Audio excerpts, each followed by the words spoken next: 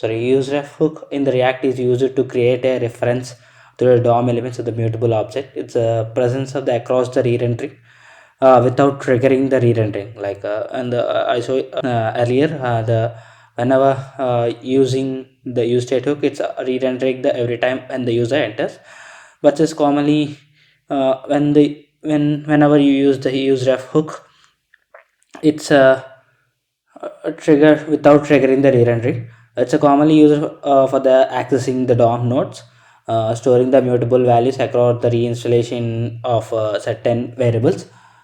Using the ref is to directly access the mutable DOM elements.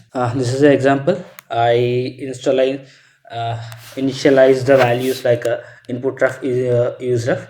Imported the useref from the React and initializing the useref, and then I created the function, the log values, and then we have the input field has the initialize the ref is initialize the useref, and then we have the on the button click, it's fetch, or it's fetch the log values like info the ref dot values. This is the example. I Whenever I enter the value, it's not re-rendering sometime.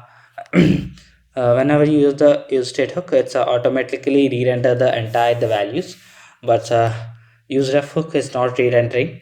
Whenever I click the button, it's will the print the console varies like that. This is a way of using the useRef hook. UseRef hook is basically works while you are using the